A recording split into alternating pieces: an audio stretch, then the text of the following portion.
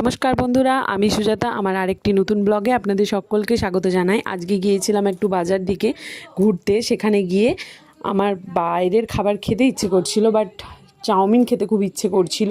তো বর্মশাইকে বললাম চলো রেস্টুরেন্টে চাউমিন খাবো।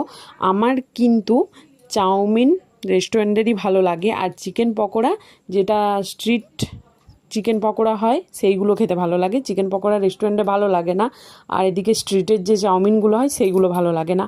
আমরা এখানে অর্ডার করেছিলাম চাউমিন, চিকেন ললিপপ আর কফি। কফির টেস্টটা খুব ভালো ছিল, অসাধারণ লাগছিল কফিটা খেতে। বাট চিকেন ললিপপের টেস্টটা মোটামুটি ছিল, বেশি ফ্রাই করে দিয়েছিল, ওই জন্য একটু তেতো ভাব লাগছিল।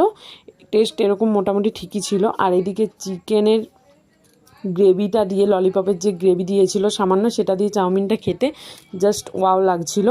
তোমাদের কার কার স্ট্রিটের চাউমিন বা রেস্টুরেন্টের চাউমিন কার কার কোনটা ভালো লাগে জানিও। আমার তো রেস্টুরেন্টের চাউমিনটা ভালো লাগে, স্ট্রিটের পকোড়া।